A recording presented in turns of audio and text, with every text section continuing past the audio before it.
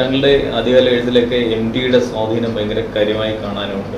അത് എന്താ ഡെലിബറേറ്റ് ആയിട്ട് സംഭവിക്കുന്നതാണോ അതോ എൻ്റെ അല്ലാതെ അത് MTയുടെ എല്ലാ സ്വാധീനം. ഒരു തവണ ഈ പറഞ്ഞ പോലെ NV ഇദ്ദേഹം PC കുട്ടീഷൻ ആകാശവാണിയിൽ ഇരിക്കുമ്പോൾ ഇദ്ദേഹം പഴയ കാലത്ത് വീട്ടിലൊരു സുഹൃത്തൊക്കെയാണ്. അച്ഛൻ്റെ ഒരു അടുത്ത ആളാണ്.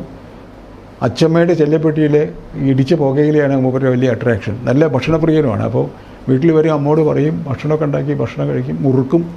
അപ്പോൾ മുത്തശ്ശി പറയും കുട്ടീഷിൻ്റെ അടുത്തേക്ക് പോകരുത്, കാരണം ഈ രണ്ട് പല്ലിൻ്റെ ഇടയ്ക്കൊരു വിടവുണ്ട്, ഉറക്കമൊക്കെ സംസാരിക്കുക, അപ്പോൾ മുടുപ്പിൽ മുഴുവനും ഈ പുകയില ചോപ്പ് തിരക്കി പോകരുത് എന്ന് പറയും. അങ്ങനെ ഞങ്ങളെ മാറ്റിയിരുത്തും.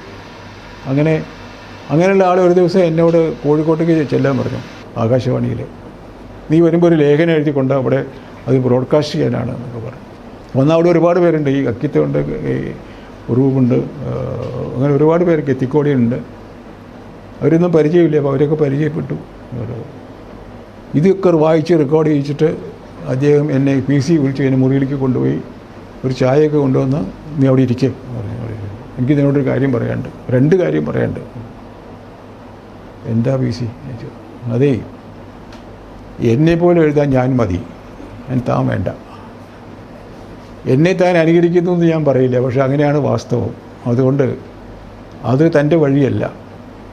താൻ ഇത്തിരി സയൻസൊക്കെ പഠിച്ച ഒരാളല്ലേ, അതുകൊണ്ട് അത് ചെയ്താൽ മതി. കർശനം. പിന്നെ ഒരു കാര്യം, താൻ ഭാരതം വായിച്ചിട്ടുണ്ടോ? മഹാഭാരതം. അവർ എഴുത്തച്ഛൻ്റെ ഭാരതം. എടോ അതല്ല, മൂലം വായിച്ചിട്ടുണ്ടോ ഭാരതം? എനിക്ക് സംസ്കൃതമൊക്കെ അറിയില്ല, എനിക്കത് വായിച്ചൂടെ? അങ്ങനെ ഉണ്ടായിട്ടില്ല. എന്നാൽ ഉണ്ടാവണം. അത് ഒരു വട്ടമെങ്കിലും മുഴുവൻ വായിച്ചിട്ട് ഇനി എഴുതാവൂ, ഒന്നും എഴുതരുതല്ലാതെ. ഇങ്ങനെ 2 ഉപദേശം അദ്ദേഹം തന്നതാണ്. അപ്പോൾ എൻ്റെ ഈ നിഴൽപ്പാടുകളിലോ അല്ലെങ്കിൽ ഈ കണ്ണിമാങ്ങളിലോ ഒക്കെ കാണുന്ന 2 മരീചിക, ഈ 3 പുസ്തകത്തിലാണ് ഇത് കാണുക. ആദ്യത്തെ 3 പുസ്തകമാണ്. അത് PC-യുടെ ശൈലിയാണ്. പക്ഷേ MTയെ പിൻപറ്റാനുള്ള ഒരു ശ്രമം താങ്കളുടെ ലൈഫിലൊക്കെ കാണുന്നുണ്ട്. അത് എഴുത്തില്, സിനിമയില്, പത്രാധിപനായിരിക്കുക, MTയുമായിട്ട് ഏതെങ്കിലും തരത്തിലുള്ള ഞങ്ങൾ ഒരേ കാലത്ത് ജീവിച്ച് ഒരേ പശ്ചാത്തലത്തിൽ നിന്ന് വന്ന് ഒരേ രീതിയിൽ മൂവ് ചെയ്തുകൊണ്ട് തോന്നുന്ന കാര്യങ്ങളാണ്. അല്ലാണ്ട് അങ്ങനെ ഒരു ഏതെങ്കിലും തരത്തിലുള്ളൊരു മത്സരം ഉണ്ടായിരുന്നു? മത്സരം ഇല്ലല്ലോ. ഇല്ല. കാരണം അങ്ങനെ ചിത്രീകരിക്കപ്പെടുന്നുണ്ട്. അത് ഒരു കാര്യം ഞാൻ തീർത്ത് പറയാം, എനിക്ക് എൻ്റെ ജീവിതത്തിൽ മത്സരം എന്നൊരു സംഗതി തോന്നിയിട്ടില്ല. എന്താ വെച്ചാൽ what I can do is what only I can do. I should not be able to competing with you in doing something you are doing better than me. There's no point in doing that. ഈ realisation നേരത്തെ ഉള്ളതുകൊണ്ട് I am not competing with anyone whatsoever, whosoever. Was he doing better than you? ആര്? MT? തീർച്ചയായിട്ടും പല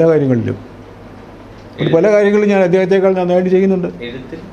എഴുത്തിൽ തന്നെ പല കാര്യങ്ങളിലും പലയിടത്തും ഇത് കാണാം, എഡ്ജ് കാണാം. പക്ഷെ അത് ഈ നമ്മൾ അതിൻ്റെ കാറ്റഗറി നോക്കിയിട്ടല്ല, അതിൻ്റെ രീതി നോക്കിയിട്ടല്ല, പ്രചാരം നോക്കിയിട്ടല്ല, പക്ഷെ അതിൻ്റെ ഡൂയിങ്ങിലുള്ള വ്യത്യാസം കൊണ്ട് 2 കൂട്ടരും ചെയ്യുന്ന 2ആണ്. ഇനി ആവർത്തിച്ച് ചോദിക്കുന്ന അപ്രഖ്യാപിതമായ ഒരു കിടമത്സരം നിങ്ങൾക്കിടയിൽ ഉണ്ടായിരുന്നില്ല? ഒരിക്കലും ഉണ്ടായിരുന്നില്ല. അദ്ദേഹത്തിന് എന്നെ ഇഷ്ടമായിരുന്നു.